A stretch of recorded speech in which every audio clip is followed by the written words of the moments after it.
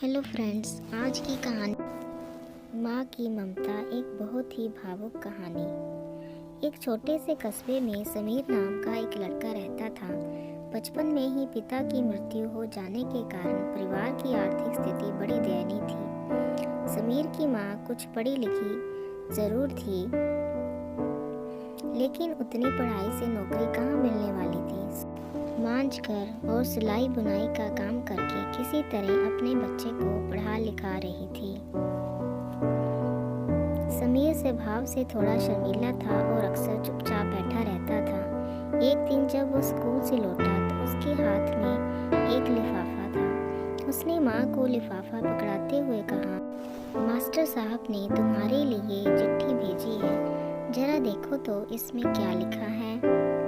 माँ ने मन ही मन चिट्ठी पढ़ी और मुस्कुराकर बोली, बेटा, इसमें लिखा है कि आपका बेटा काफ़ी होशियार है। इस स्कूल के बाकी बच्चों की तुलना में इसका दिमाग बहुत तेज है और हमारे पास इसे पढ़ाने लायक शिक्षक नहीं है, इसलिए कल से आप इसे किसी और स्कूल में भेजिए। ये बात सुनकर समीर को स्कूल ना जा सकने का दुख तो हुआ, और साथ ही उसका मन आत्मविश्वास से भर गया कि वो कुछ खास है और उसकी बुद्धि तीव्र है। माँ ने उसका दाखिला एक अन्य स्कूल में करा दिया। समय बीतने लगा। समीर ने खूब मेहनत से पढ़ाई की। आगे चलकर उसने सिविल सर्विसेज परीक्षा भी पास की और आईएएस ऑफिसर बन गया। समीर की माँ अब बूढ़ी हो चुकी थी और कई दिनों से बीमार भी चल रही थी, और एक दिन अचानक उनकी मृत्यु हो गई। समीर के लिए बहुत बड़ा आघात था।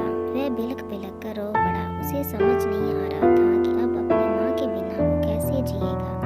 रोते रोते ही उसने माँ की पुरानी अलमारी खोली और हाथ में उनकी माला, चश्मा और अन्य वस्तुएं लेकर जोड़ने लगा। उस अलमारी में समीर के पुराने खिलौने और बचपन के कपड़े तक संभाल कर रखे हुए थे। समीर एक एक कर सारी चीजें निकालने लगा और तभी उसकी नज़र एक पुरानी चिट्ठी पर पड़ी। दरअसल ये वही चिट्ठी थी जो मास्टर साहब ने उसे 18 साल पहले दी थी। नम आंखों से समीर उसे पढ़ने लगा। आदरणीय अभिभावक, आपको बताते हुए हमें अफसोस हो रहा है कि आपका बेटा समीर पढ़ाई में बेहद कमज़ोर है और खेल कूद में भी भाग नहीं लेता है। जान पड़ता है कि उम्र के हिसाब से समीर की बुद्धि विकसित नहीं हो पाई है, अतः हम इसे अपने विद्यालय में पढ़ाने में असमर्थ हैं। आपसे निवेदन है कि समीर का दाखिला किसी मंदबुद्धि विद्यालय में कराएं अथवा खुद घर पर रखकर इसे पढ़ाएं। सादर, प्रिंसिपल। समीर जानता था कि भले अब उसकी माँ इस दुनिया में नहीं रही, पर वो जहाँ भी रहे उनकी ममता, उनका आशीर्वाद सदा उस पर बना रहेगा।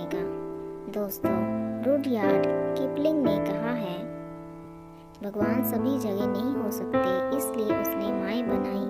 माँ से बढ़कर त्याग और तपस्या की मूरत भला और कौन हो सकता है। हम पढ़ लिख लें, बड़े होकर कुछ बन जाएं, उसके लिए वो चुपचाप ना जाने कितनी कुर्बानियाँ देती हैं। अपनी ज़रूरत